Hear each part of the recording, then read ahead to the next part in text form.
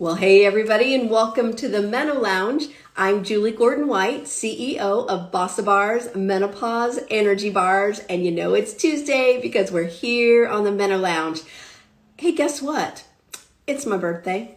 Yes, it is. I'm 58 today, and I feel great. I just have to tell you, I wanted to tell you how old I am. Not that I ever don't tell you how old I am, but being 58, I don't know, I think I feel better than I did when I was 50. I feel energetic, I feel happy, I feel challenged, I feel passionate. All the things that makes us feel alive. And to be able to feel that at 58, I feel so grateful. So I just wanted to share that with you today. I hope that we can feel this way every day, growing, expanding, learning, connecting, all the good things of life. But some days when it's your birthday, you just feel a little bit extra. So if you're not feeling great today, then just lean on my 58 for today. And remember that menopause is like the most empowering thing you can experience. It brings you back to your body, back to yourself, and you get to embrace every single year. It's a blessing. So that's where we're at today. Hey there. Hi, Magic. How are you? We are going to bring up Dr. Kirstie. Are you here? Let's see here. We've got some serious conversation today about all things hormones. This is the fun, awkward part. All right. Let's see. Dr. Kirstie, where are you? I see you, Kendra. Good to have you here. Dr. Kirstie. Grabbing you. This is always the most awkward part of this. Somebody sing or something. No, you can't hear each other. Here she is. Is an expert in all things hormones related to menopause. So we're going to get our answers to the hard questions today about testosterone, estrogen, hormones, HRT, all the things. Hey, Dr. Kirstie, how are you? Hey, Julie, how are you? I'm loving your curls. Would you say good to have you here today? Thank you. Glad to be here. So here we are talking about all things hormones. But before we jump in, tell our audience a little bit about your background and why you decided to come on Instagram and talk about all things menopause and hormones. I always love it when doctors start to share their goodness in the world. So tell us a little bit about you. Right. Well, my journey actually started about 30-something years ago when I was in college. And I would run to class and then I would have a hot flash. But I just didn't realize that's what they were at the time. And and then medical school, always rushing. And then the attending and I would be fanning myself in the middle of him sitting there talking with us. And he'd stop and say, "Are you okay?" And I'm like, "Yeah, just hot." Just hot from running. Yeah. Right. I was just, I didn't know anything was going on. So that's when it all started. And then we progressed and got married. And then it was like contraception, and then went off the contraception, and then didn't see a period again. And then it was, okay, it's going to be harder than we thought for you to get pregnant. So it went down that whole path. So you had an infertility story as a part of yes. your so then was ultimately diagnosed with premature ovarian failure. That's what we were calling it back then, premature menopause. So that's how my story started.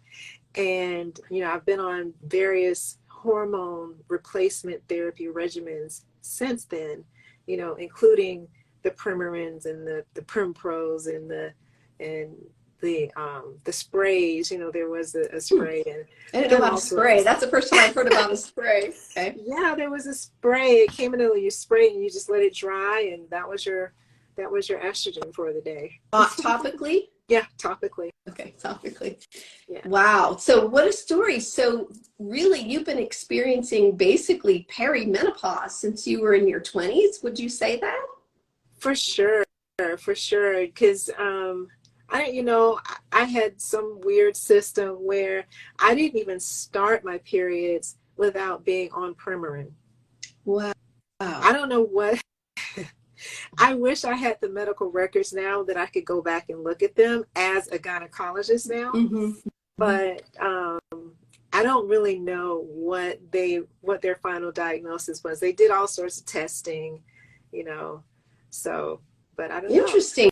Have you ever, I'm going off the rails here, but have you ever just gone back and thought about writing out your full history sort of year by year and reflecting on that experience? That would be so wonderful as a book, but to share with your patients, because it's quite unusual. I get to talk to a lot of women about their experience. I have not heard this story before. Yeah, I might actually do that. Yeah, because I mean, Premarin, you know, and I didn't think anything of it because I was a teenager. I didn't want to have a period anyway because it was. I was thinking that when you said that, like you said, I had to take it just to have a period. Like, should I or shouldn't I? Right. I was like, who wants that anyway? You know, it's not like I'm trying to get pregnant or anything. So until you were, yeah. Right. Eventually I was. So wow. Yeah. That's such, those are the challenging times, but that also, I'm sure, contributed to the type of doctor that you are and the care that you give women. So how did that impact how you care for women now, your own experience? Right. So, so now I'm able to tell patients, and give them some hope and give them some positivity, especially women that are diagnosed with premature ovarian failure, or what we call now primary ovarian insufficiency. So I'm able to tell them, look, I was once where you were, I was diagnosed with premature ovarian failure, and I have 2 kids that were conceived naturally. So that's my story. That was a blessing. So yeah. We should define that for people. So ovarian failure, that just means your ovaries don't produce the eggs, or they don't send them out. What does that mean?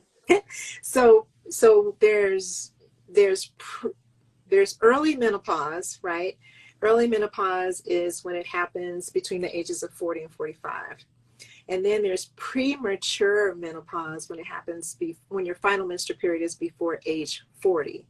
So basically, in order to have a period, you have to push out an egg. And it's that egg that is not fertilized, and then you slough off. That's what triggers your body to it's supposed to attach, and then it doesn't, and then the uterus sheds its lining. Is that right? And that's what creates a period. Exactly. Okay. I remember. It's been a while. Right. Okay. So you shed it. The uterus is in preparation for that fertilized egg, right? And then you don't get one, and then okay, there it goes. That's your period. That's your period. So yeah. So you were going through all that early peri, all those things for so many years, and then you were able to get pregnant, and then so now you're like, okay, women, I got you on this whole menopause thing, because I've been through all of it. That's my miracle story. Exactly. That's my miracle story. That is a miracle story. Yeah. Okay. And I just get completely in your business? Are you postmenopausal now? So. Yes. I don't mind. I don't mind talking about it. Yes, I'm postmenopausal. Yeah. And gosh, man, I don't even remember the last time I saw a period. Yeah. I was on hormone replacement therapy, like I said, for years and years. And honestly, I am not a good pill taker. Okay. We just keep learning more and more about you. Okay, you don't please. So did you just want the spray? You're just like, just spray me all over the place all the time. What did you do? I don't know. I was taking Premarin, and then I think I was doing progesterone separately, so 2 separate pills. And I just kept messing up because, when you're in residency and you're on call and you're up all night, and then you work the next day and the previous day, and then your time gets all messed up, and then it's like, did I take it today? Did I not take it today? And then, I kept messing up. And so somewhere in that mess up, I got pregnant. I was going to say, you got pregnant, didn't you? Somewhere in that mess up, my ovaries woke up and pushed out an egg. And lo and behold, my husband was around at the time, because we weren't even living in the same state, Wow, you really do have a story. This feels like a book for sure. That's incredible. So you weren't sure if you could get pregnant, and then all of a sudden you do, even though you've had all these ups and downs with your cycle and your ovaries not doing what they're supposed to do, and bing, here you are. and your husband's in another state. Exactly. That could be dangerous. You could get in a lot, like create some issues, right? Wow. Right. Well, I love it. All right, let's talk about, we could just talk about this, but this feels like the after show, right? But getting back to the day today, I want to talk about HRT. I actually was on a call earlier this morning with a dear friend of mine, and I was telling her that I was going to be talking to you today. And so she said, whatever you're going to ask her, make sure you ask her this. And so she's 62. And hearing different things about HRT, I know she used yam cream.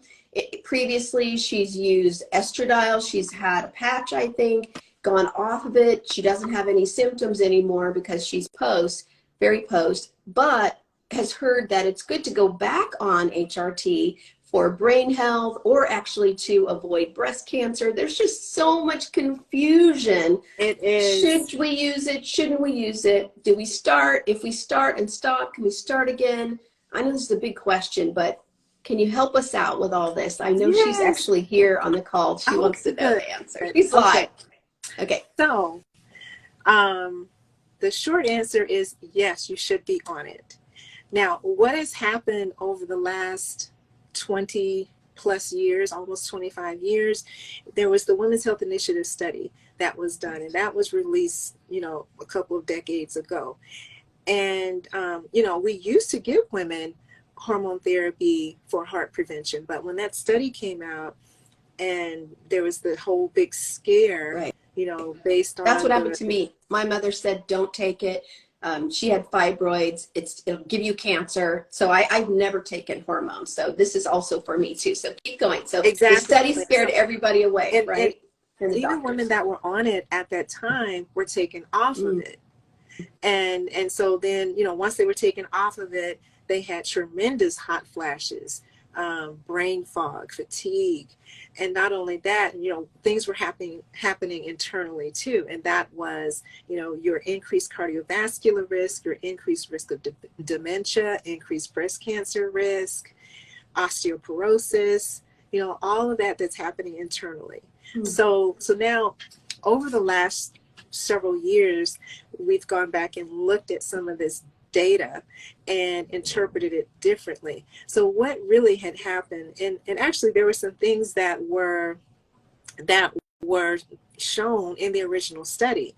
The original study, they did two arms of the study. There was the one arm of the study that were women that did not have a uterus and only received estrogen, right? And so then there was the other arm of the study with women that had a uterus. Those women received estrogen and progesterone. Okay. So now the estrogen that they used was a conjugated equine estrogen. So we'll just say CEE for short. Is that a nice way of saying horse urine or something? That's it.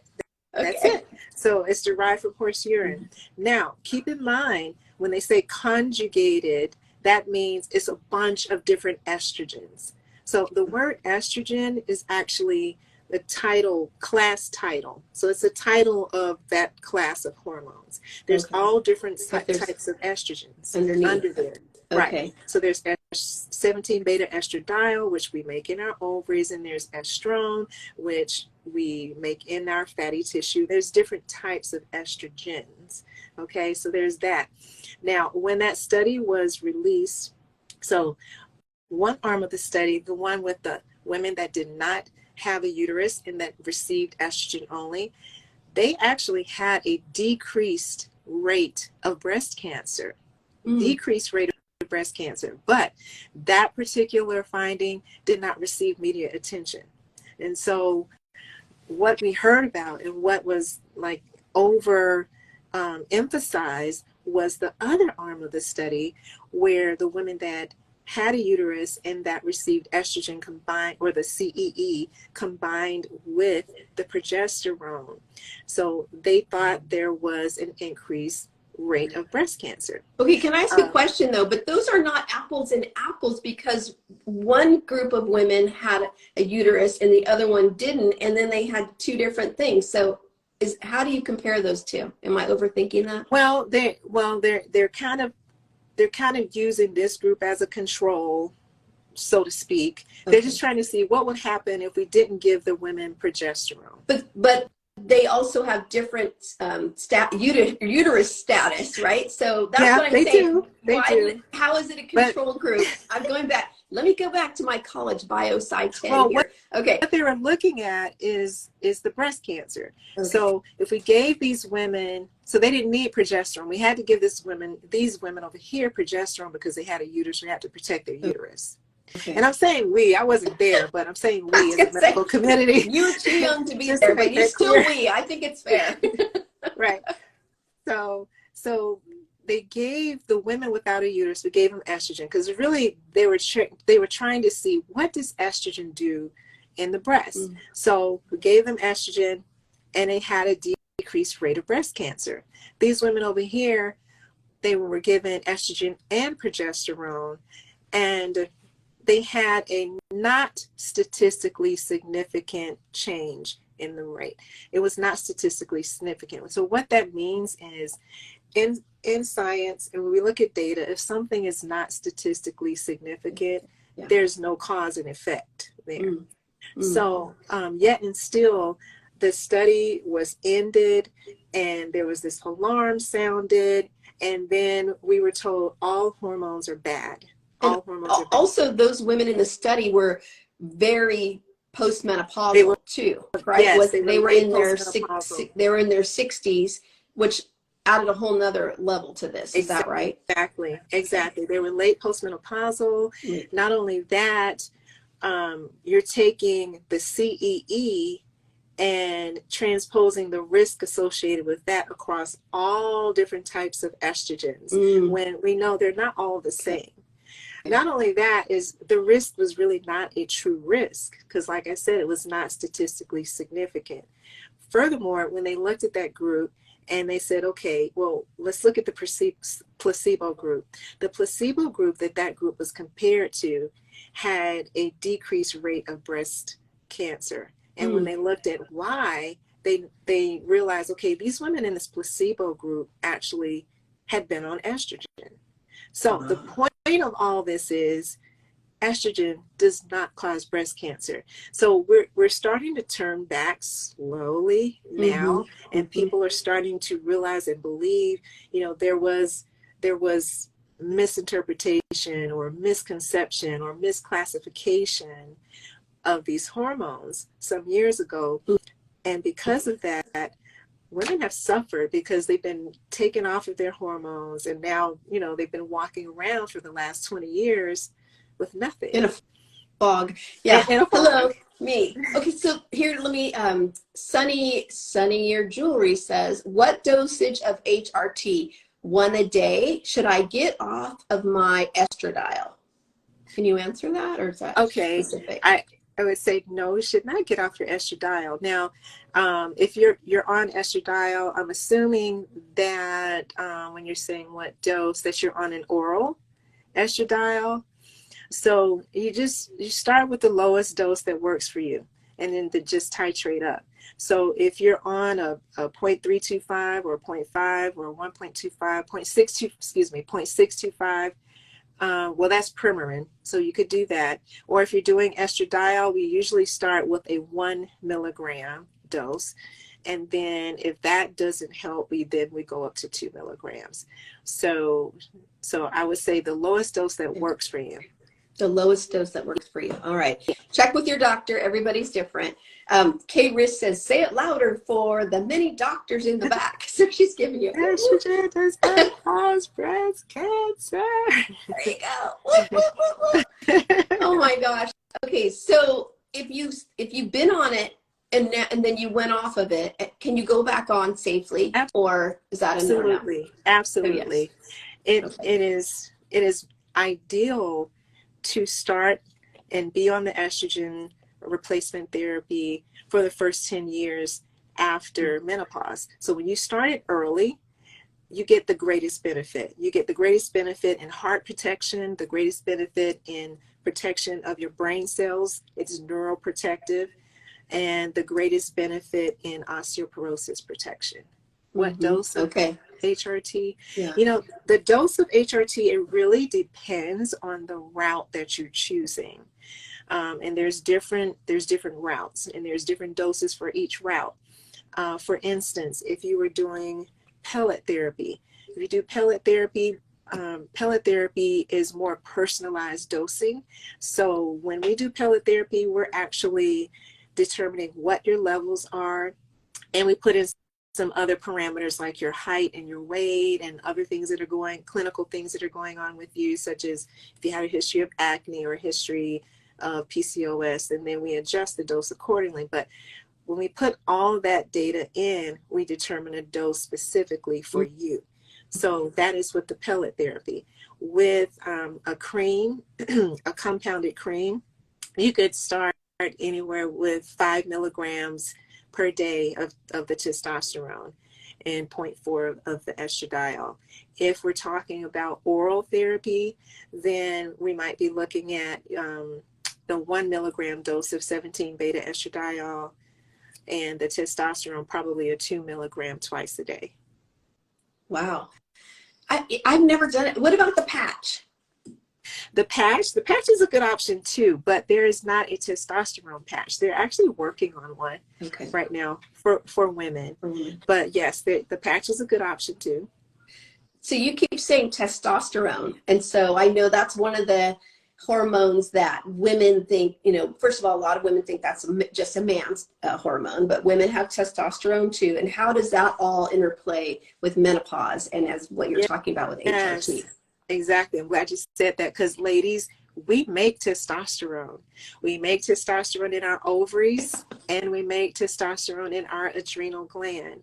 And so, yes, we start losing the testosterone as well.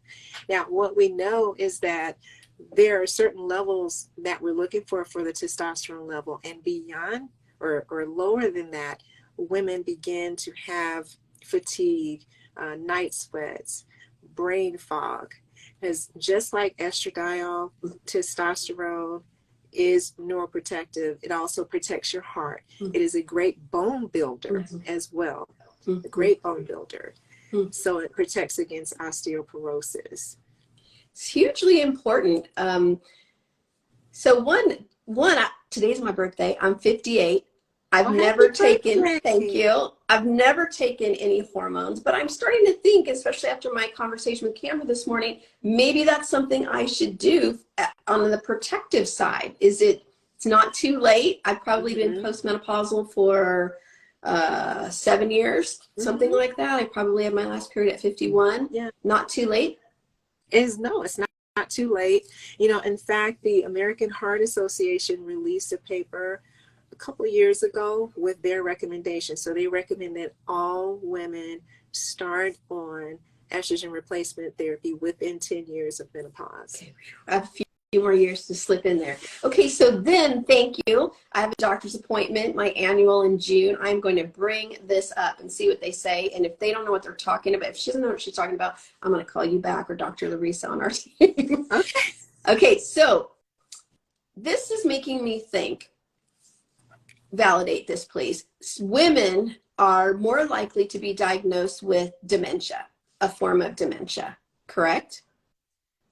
It's very common in women because of the loss of estrogen. Yes. Now, do you think there's a correlation between this big gap in time when women were not given HRT or not taken HRT because of the study, and now we see the fast forward however many years, women now are being more diagnosed with dementia? It just occurred to me, I wonder if there's a correlation between women not having HRT to support our hormones and all those protections you just talked about, and now we're getting dementia, different forms of dementia more rapidly, more frequently than men. Right. What do you think about that? Yeah, I think so. Oh, absolutely. Because, you look around, there's so many women suffering with hot flashes, so many women suffering with dementia, and even now I can name over 5 patients just off the top of my head whose mothers have dementia. Yeah. And so you would think like 20 years ago, their mothers would have been in their 60s, where they could have been on HRT. I mean, they still could, but it would have done more good then. Yeah. Yeah. Oof. That could be really interesting thing. Plus heart disease, the number one The number killer of one women, right? killer. Yes. Cardiac event. Exactly. So again, if we're taking HRT, that hormone replacement to support our health, our heart health, as well as our brain health, we might lower some of those statistics. And so women who are not even offered that or not getting adequate medical care Exactly. are going to be at higher risk. Exactly. Maybe we saved some lives today, Dr. Kirstie. What do you I think? hope so. I hope so. It's Tell important your friends, tell your sisters, tell your friends Don't be that afraid. don't be afraid of it. It's good. And it even decreases the risk of breast cancer. If you didn't hear me before, it actually decreases the risk of breast cancer. Yeah. Against what we thought for so many years. Sunnier, yep, this is your private call today, Sunnier Jewelry. She said, which is better for women, bioidentical hormones or estradiol? That's a really good question. Well, 17 beta estradiol is bioidentical because that is one of the estrogens that we make in our ovaries. The CEE that I mentioned before is not exactly bioidentical. It does contain some 17 beta estradiol, but it contains anywhere from 8 to 13 other estradiols as well. 4 of them are not made in women. So is that technically synthetic? Yes. And is that good or bad? It's bad. Now, bioidentical hormones help to decrease your inflammatory markers. And we all know inflammation is bad, and there's a whole inflammatory cascade that causes other things. So synthetic hormones actually do the opposite. They increase your inflammatory markers. Yeah. So when you decrease your inflammatory markers, you decrease your cardiovascular risk. So when we go to our doctors, we should ask for bioidenticals, correct? Yes. Yes. Okay. And so yes, that can be estradiol in the form of a tablet. It can be estradiol in the form of a cream. It can be or a pellet. Mm-hmm. Figure out the best application for you. Yes. And once you're taking estradiol, then all the things start to work better from head to V. Is that right? Exactly. Exactly. The vaginal dryness goes away because that is directly related to your lack of estrogen. Yeah. Beautiful. Well, ladies, you heard it here. And if you're just hopping on, I see you here, Michelle. Make sure you go back and listen to this recording from the top, because Dr. Kirstie has given us some incredible, I would say, life-saving information for some women who haven't asked these questions and don't know what to do or confused about hormones, what to take, what not to take, bioidentical, synthetics, and Sunnier's done a great job of prompting some great questions here too. So really fun. So, okay, now we have all this scientific background. We have got the information. We're going to take this recording when we go see our OB and say, see, this is what we need to do. In case we have any pushback, we can say, look at Dr. Kirstie. We have proof here. And so how do we have a happier menopause experience? That's kind of what our brand promises today. So understanding all these things, what should we do? What is your recommendation to help us feel happier? Do you have some tips for us? Please share. I do, actually. So the first thing is you have to advocate for yourself. So if you go to your primary doctor and they're talking against hormone therapy, or they're trying to talk you out of it, or if they just don't want to do it, or they don't know anything about it, find someone else. Find someone that does know about hormone therapy, about menopause care. Don't stop there, because they're out there. A great website to go to if you're looking for a doctor is menopause.org, menopause.org. And that is the North American Menopause Society's website. And so there are practitioners on there like myself that have been certified in menopause. So wherever you are, you can find one. So that's the first thing. Great tip. And advocate for yourself, because your doctor who you love, who may have delivered your babies and done your pap smears for your whole life and all those things, might not be the doctor that is the best one for you during the stages of menopause, correct? Yes, exactly. And it's okay. You're not cheating if you go find another doctor to help you, right? So, Right. okay. Exactly. You know, I have patients that they may have their gynecologist that does their pap smear, but then they come to me for their hormone care. Yeah. Yeah. I think women have this little guilt about that. You know, I've been with this doctor for 30 years and he I'm delivered cheating my on 3 him. kids. Yeah, I'm cheating. Like, no, you need a whole success team. Right. And that's why advocating for yourself is important. Okay, excellent. Thank you. What else do you have? Give us another good one. Yes. So we talked about hormone care. So, and that means correcting, replacing, optimizing your hormones, because all the hormones really play on each other. Mm. So there's that. Also, your nutrition is extremely important. Right. Extremely important. Why is So it with extremely that, important? Go ahead, tell us. as a menopausal woman, we are losing muscle every year. Okay. And you have to support your muscle. Not only that, as a menopausal woman, your metabolism is a little bit lower. It's not like it used to be. So you want to watch your carbs. I'm not saying do a keto diet, but you want to watch, be mindful of your carbs. Eat the smart carbs. So you want to eat the vegetables or the ones that are high in vitamins and the minerals, that are not processed. So smart carbs. Beautiful. Also, you want to make sure you're getting enough protein to waiting for you to support. say that. We got to support that muscle, right? I did my weight training this morning because that's a cheat. Yeah, there you go. I love it. That's a cheat on boosting our metabolism, that when our muscles are working hard, they take a lot of energy. That's why you have to have that protein, but then you're burning while you're resting. You're burning and you don't have to do all that running and like, no, no. So. And the average woman, average size, like about my size or so, you probably need about 90 to 100 grams of protein per day. Yeah. And so that's going to come out, if you're eating 3 meals a day, that's going to come out to about 30 grams of protein, 30 to 35, maybe even 40 per meal. Yeah. Okay. So nutrition is very important. We believe that. Plus also, if you're taking hormones, you're doing all the other things, or think about skincare, all the things we do that is topical. You got to take care of yourself from the inside out if you want the complete benefit. So nutrition, put yourself first. Okay, I had to say that. Go ahead, Doctor. Right. I mean, we all take care of our houses. We take care of our cars. We need to take care of our bodies also. Right. It's the vehicle we have. I heard somebody say the other day, if you don't take care of your body, where are you going to live? Exactly. Like, wow. We're only given one body. That's it. One. That's it. Beautiful. Nutrition. Sleep. Sleep is also very important. You should be getting 7 hours of sleep, ladies.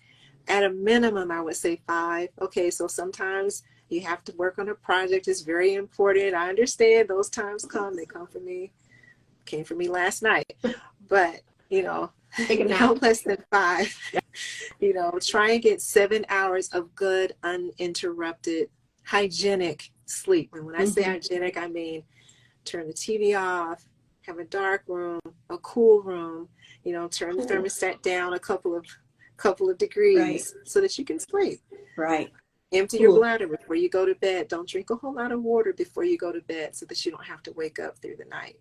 Yeah, that's a really important thing, especially we're trying to consume a lot of water to be hydrated, but then it's kind of like turning off your phone an hour or so before you go to sleep, just to bring calm your nervous system down. Stop drinking water because we're going to be up all night long. Because that sleep, to me, it is, besides nutrition and lifting weights, things like that, it's just such an elixir. It's so delicious to sleep. You just can't function without it, not function well anyway. You can't. So it's just so important. And it starts with going to bed early.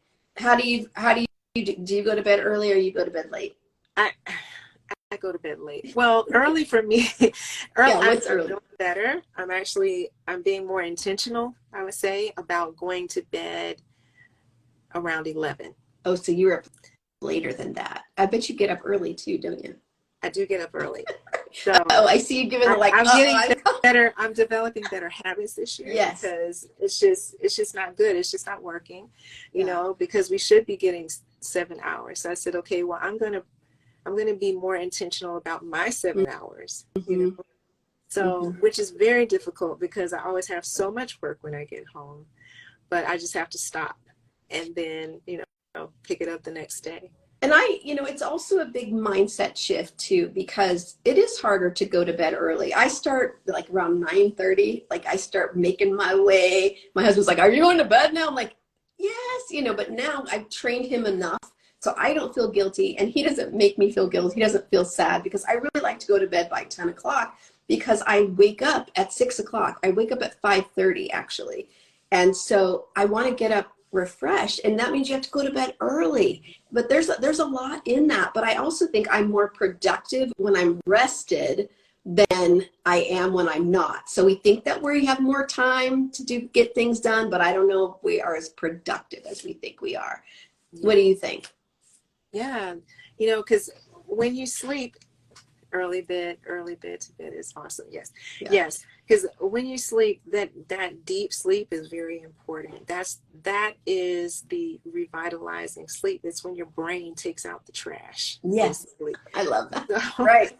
So you can wake up refreshed and then have less brain fog during the next day because your mind is clear. And you lose weight while you're sleeping, by the way, also. If that's a concern, that's something to help manage. That's another little way to manage our middle is sleep, all that rest, that rejuvenation. So I'm all about that. Do you want me to call you at 9 o'clock your time and say, okay, time to start making your way?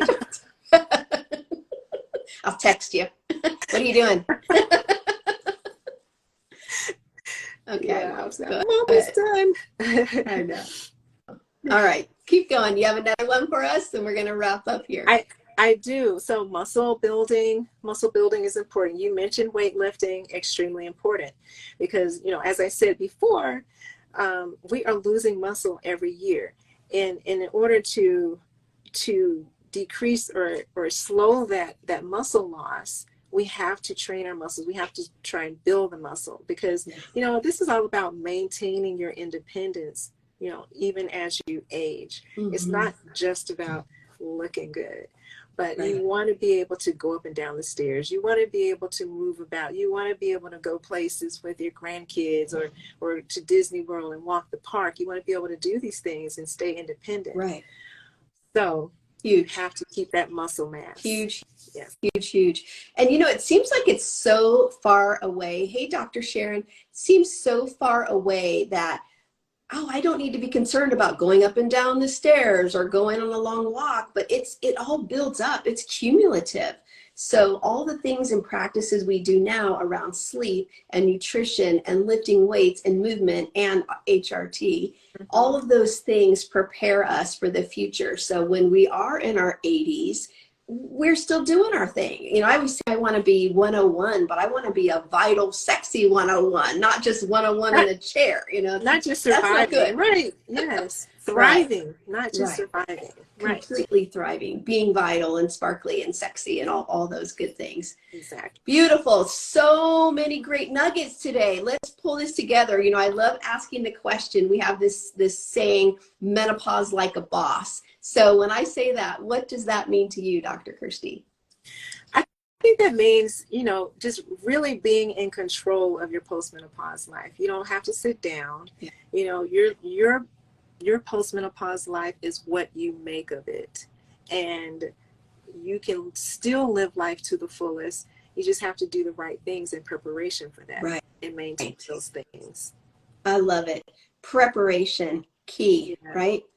Really key. And preparation is a form of self-care. I mean, that's what menopause is like a boss. Like you're saying, when we plan to take care of ourselves, then we can enjoy the life that we're working so hard for. Why do we want to work so hard and not be able to enjoy it? So all the good things. Thank you so much. This has really been transformational. I really appreciate the science, the background, your story, so beautiful. I know that you've really impacted women today. And I hope everybody, if you came in late, go back and watch the recording, share it with your friends. There's a lot of wonderful, wonderful nuggets here. So how do we find more of you? And I know you have a course and all kinds of good things coming up. Tell us where we can find out all about Dr. Kirstie Cunningham. Sure. Well, my Instagram handle is Dr. Kirstie Cunningham, and that's spelled Kirstie Cunningham, Dr. Kirstie Cunningham. The course, yes, the course is on sale now. And so and we go into more detail about everything we talked about, and you'll leave the course with your own customized menopause wellness plan, including financial health. So we cover all of that. So, and that course can be found at menopausal.com. I love that. Like Monopoly, Menopology, like Menopology, like the study of menopause. Oh, Menopology. I don't know why I turned it into Monopoly, because I think, I don't know. That's how I think. Okay, Menopology. Beautiful. Menopausal.com. Excellent. Yes. Well, thank you. Anything else? Well, will you be in Phoenix Convention Center at the end of April? Oh, there's a women's expo in Phoenix. Oh, okay. No, I'm sorry. I haven't heard about that, but no. No. Well, Sunny, you can hunt Dr. Kirstie down. You know where to find her on Instagram, and I highly recommend you check out her course, because I know there's only good stuff there for us. So thank you so much for your time today. I know you worked late last night, so tonight you're going to bed early. Otherwise, I'm going to hunt you down. Okay, I am. I'm going to swear on that. Go to bed. I did. I love it. Thank you so much. To be continued, everybody. You've been wonderful being with you on the Meno Lounge. As always, every Tuesday, come back, check out the recordings, and make sure you follow Dr. Kirstie Cunningham. Thanks so much. Julie. All right. Thank you. Next time. All right. Be well, everyone. Bye-bye. Bye-bye.